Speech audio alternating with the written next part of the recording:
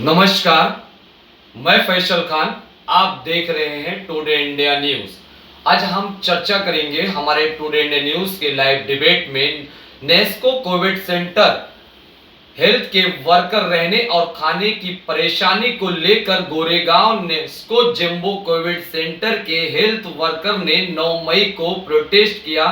उनका कहना है कि न ही अच्छा खाना है मिलता है, न ही रहने के लिए अच्छा रूम। जो बेसिक फैसिलिटीज़ है वो हमें मिल जाए, जो कि खाना रहना, और हमें जो अभी फैसिलिटी दी जा रही है वो भी हमें आउट ऑफ है। आर्य कॉलोनी है, उधर आजू बाजू में पूरा जंगल है। हमारे हायर अथॉरिटी मेट्रो में यहाँ की उनसे हमने बातें की गई ये बातें। उनके बारे में बोला कि हम डीन से बात करो। डीन मैम ने बात करने यहाँ पे आए थे, तो डीन मैम बोले कि हमारे पास उतना वक्त नहीं है। उन्होंने यहाँ इस बात तक भी बोला गया है कि जो भी है आपको एक शेल्टर प्रोवाइड किया जा रहा है, मतलब सर पर छत है, इतना ही काफ़ी मानो। और हमारे साथ इस डिबेट पे चर्चा करने के लिए राष्ट्रीय भीम सेना भीम आर्मी के मुंबई प्रदेश अध्यक्ष संजय मेहरुलिया जी हैं, और मुंबई से दूसरे तरफ नसीम शेख जी हैं जो सोशल वर्कर हैं मुंबई से। तो पहला सवाल संजय मेहरुलिया जी, जो नेस्को कोविड सेंटर के हेल्थ वर्कर ने रहने और खाने की परमिशन को लेकर प्रोटेस्ट किया, जिस पे हम जवाब चाहेंगे, क्या कहेंगे इसके ऊपर? मैं बताना चाहूँगा कि एक तरह से ये कहीं ना कहीं जो सरकार है, महाराष्ट्र सरकार, उन्होंने अच्छा कदम उठाया था कि लॉकडाउन लगाया, लेकिन इसके बावजूद भी जो फ्रंट लाइन वर्कर्स हैं जो कोरोना के लिए लड़ रहे हैं, और जो गोरेगांव में नेस्को के लिए आपने जैसा कि बताया कि उन लोगों ने प्रोटेस्ट किया, उनको रहने खाने की सुविधाएं नहीं मिल रही हैं, जो बेसिक सुविधाएं हैं। अगर हमारे महाराष्ट्र में जो महानगर पालिका है मुंबई की, अगर वो बेसिक सुविधाएं भी कोरोना के फ्रंट लाइन वर्कर्स को नहीं दे पा रही है, तो इस तरह से बहुत ही ये देखकर दुख हो रहा है। ऐसा नहीं होना चाहिए, बल्कि महानगर पालिका ने तुरंत ही इस पर एक्शन लेते हुए उन नर्सेस को जो भी बेसिक सुविधाएं हैं वो देनी चाहिए। ठीक है, तो हमने बात किया संजय मेहरुलिया जी से, जो राष्ट्रीय भीम सेना भीम आर्मी पार्टी के मुंबई प्रदेश अध्यक्ष है। उसी तरह से हम बात करेंगे नसीम शेख जी, जो Goregaon Nesco jumbo Covid centre health worker ने 9 मई को प्रोटेस्ट किया। उनकी जो एक बड़ी परेशानी थी रहने और खाने को लेकर, तो उसके ऊपर क्या प्रतिक्रिया देंगे? सर पहले नमस्कार, और मैं संजय मेहरुलिया साहब का भी बहुत बहुत अभिनंदन करता हूं कि इस डिबेट में आए। ठीक है सर, जो आपका क्वेश्चन है कि जो नेस्को में ये हुआ है जो हादसा, ठीक है, ऐसा नहीं होना चाहिए। गवर्नमेंट, हमारी जो महाराष्ट्र जो सरकार है वो बहुत अच्छा काम कर रही है और बहुत अच्छे तरीके से गाइड भी कर रही है, और पहले से और आज की स्थिति में काफी सुधार है, जिसमें अगर कहीं न कहीं नेस्को में अगर ये प्रॉब्लम आई है तो इसके जिम्मेदार सरकार नहीं है, क्योंकि सरकार हर जगह खुद नहीं पहुंच सकती है। तो मैं यही कहना चाहूंगा कि इसमें जो इसके जो जिम्मेदार हैं वो कहीं ना कहीं गलती कर रहे हैं। अगर वो गलती करते हैं और सरकार को अगर ये बात को मालूम पड़ता है तो सरकार पूरी तरीके से एक्शन करेगी। और जो नर्सेज को प्रॉब्लम है, मैं महाराष्ट्र गवर्नमेंट और जो ये अघाड़ी सरकार है उससे अपील करूंगा कि इन लोगों की सुविधा जल्द से जल्द देनी चाहिए, क्योंकि आज जो स्थिति है कोरोना काल का, इसमें हमारे डॉक्टर्स और नर्स का बहुत बड़ी भूमिका है। और जो भी इनकी परेशानी है महानगर पालिका को और जो नेस्को के जो संचालक है, जो लोग भी हैं, इसके जो है ध्यान दें। बस मैं यही बात अपना कहना चाहूंगा।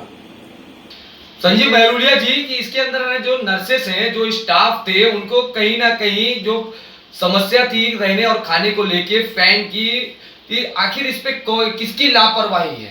कौन है इसका जिम्मेदार? इसका जिम्मेदार जो नेस्को कोविड सेंटर है, जो वहाँ डीन है, कहीं ना कहीं मैं समझता हूँ कि ये उनकी गलती है, जिसके वजह से उनको रहने खाने की सुविधाएं जो है उन डीन को कहीं ना कहीं मुहैया करानी चाहिए थी। और जैसा कि मेरे आपके इन्होंने जो अभी बताया, मैं उनकी बात से सहमत हूँ कि ये सरकार की गलती नहीं है। सरकार तो जो है अपना काम कर रही है, लेकिन इसके बावजूद जो कोविड सेंटर को के ऊपर वहाँ पर डीन रखी है, जिसने अपने स्टाफ का, कम से कम जो फ्रंट लाइन स्टाफ है उन लोगों का अगर वो ध्यान नहीं रख सकते, तो ये बहुत ही निंदनीय है, बहुत ही मतलब सहने योग्य नहीं है। कहीं ना कहीं इसके ऊपर तुरंत ही कार्रवाई करते हुए या तो उस डीन को बदली किया जाना चाहिए या फिर तुरंत उन जो फ्रंट लाइन वर्कर्स हैं उनको वो मुहैया कराना चाहिए कि उनके घर के रहने के लिए या फिर उनके खाने के लिए या पानी की, जिस तरह से देखिए काफी सारे हम लोगों ने देखा वहां की जो नर्सेस हैं उन लोगों ने बताया उनको किस तरह से तकलीफ में जीना पड़ रहा है। अगर हमारे फ्रंट लाइन वर्कर्स ही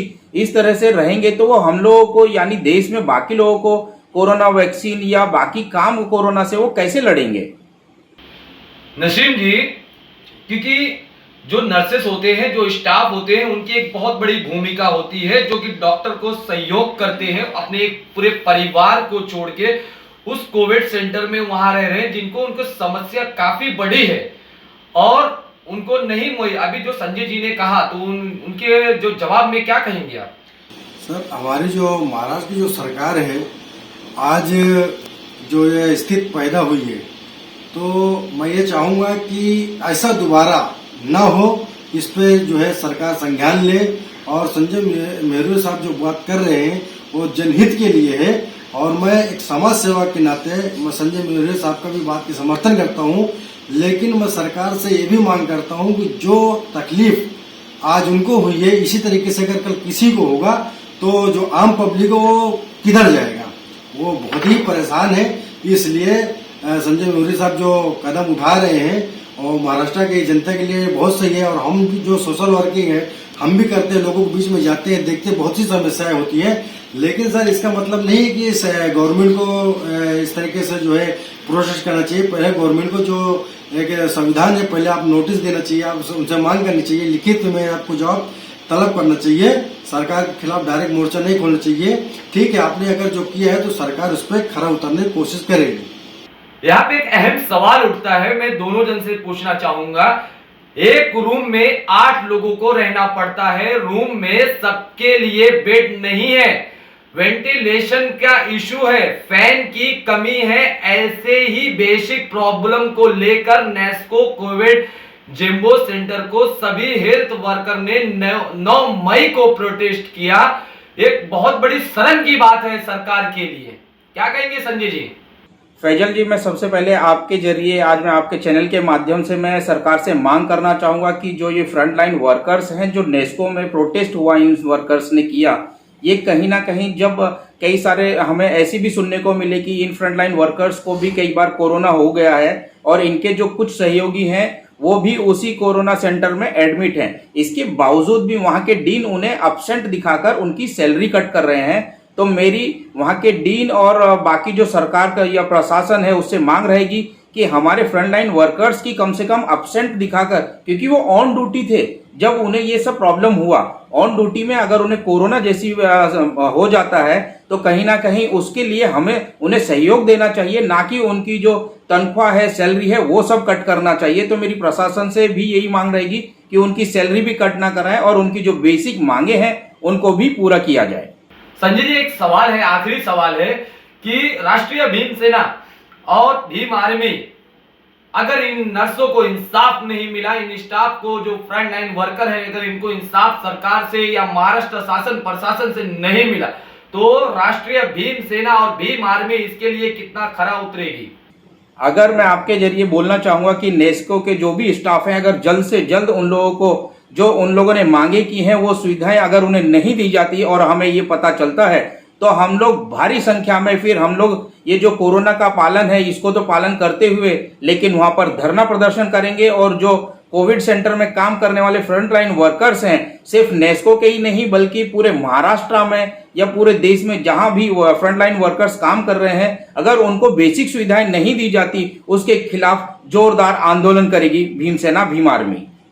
देखा कि हमने जो चर्चा थी, हमारे दो यहाँ पे जो सही हमारे चैनल पे आए थे दो पार्टियों से, जैसे कि भीम आर्मी के जो भीम सेना पार्टी के मुंबई प्रदेश अध्यक्ष और मुंबई से सोशल वर्कर नसीम शेख जी, हमने नेस्को पे चर्चा की जो नर्सों के साथ एक अत्याचार हो रहा है कहीं न कहीं। वहीं पे संजय मेहरुलिया जी ने कहा कि अगर इनको इंसाफ नहीं मिला तो बड़े पैमाने पे भीम सेना और भीम आर्मी यहाँ पे आंदोलन करेगी, कोरोना को पालन करते हुए और उनके साथ खड़ी रहेगी।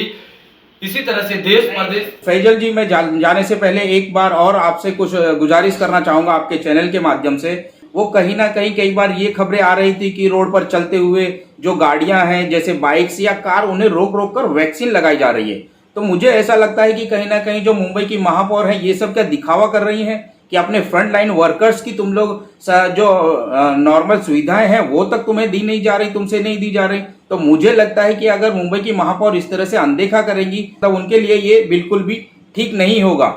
तो उन्होंने कहीं ना कहीं इस पर तुरंत ही कार्रवाई करते हुए और ये दिखावा ना करते हुए बल्कि फ्रंट लाइन वर्कर्स को जो फैसिलिटी उन्हें दी जानी चाहिए वो जरूर जल्द से जल्द मुहैया करानी चाहिए। क्या कहेंगे नसीम जी इनके ऊपर? सर जी सही बात है, जो वैक्सीन है जो ये सड़क पे रोक रोक पे लगाई जा रही, इससे बेहतर है कि जिस तरीके से बालवाड़ी से बच्चों को पढ़ाया जाता है, जिस तरीके से खाना दिया जाता है, गलियों में जिस तरीके से वोटिंग के लिए लोग जन तक पहुंचते हैं जो भी है गवर्नमेंट के, तो इसी तरीके से वैक्सीन के लिए, जागरूकता के लिए और वैक्सीन लगाने के लिए सरकार को चाहिए कि हर मोहल्ले हर गली में जो गवर्नमेंट के लोग हैं, जो डॉक्टर्स हैं या जो नर्स हैं और जो बालवाड़ी के जो लोग हैं, इनको घर घर जाकर के इनको वैक्सीन की जो है लगाना चाहिए। और काफी तादाद में जो रोड पे इस तरीके से कर रहे हैं सर ये गलत है कि कभी इससे हादसा भी हो सकता है। तो मैं संजय मेहरोरे साहब की बातों का समर्थन करता हूं, इस तरह की नहीं होना चाहिए। जो सही राह है, जो घर है, जो सिटी है, जो मोहल्ला है, उस पर ध्यान देना चाहिए। रोड पे आने जाने वाले का कोई मतलब नहीं है क्योंकि हर पूरा महाराष्ट्र में वैक्सीन का चालू है।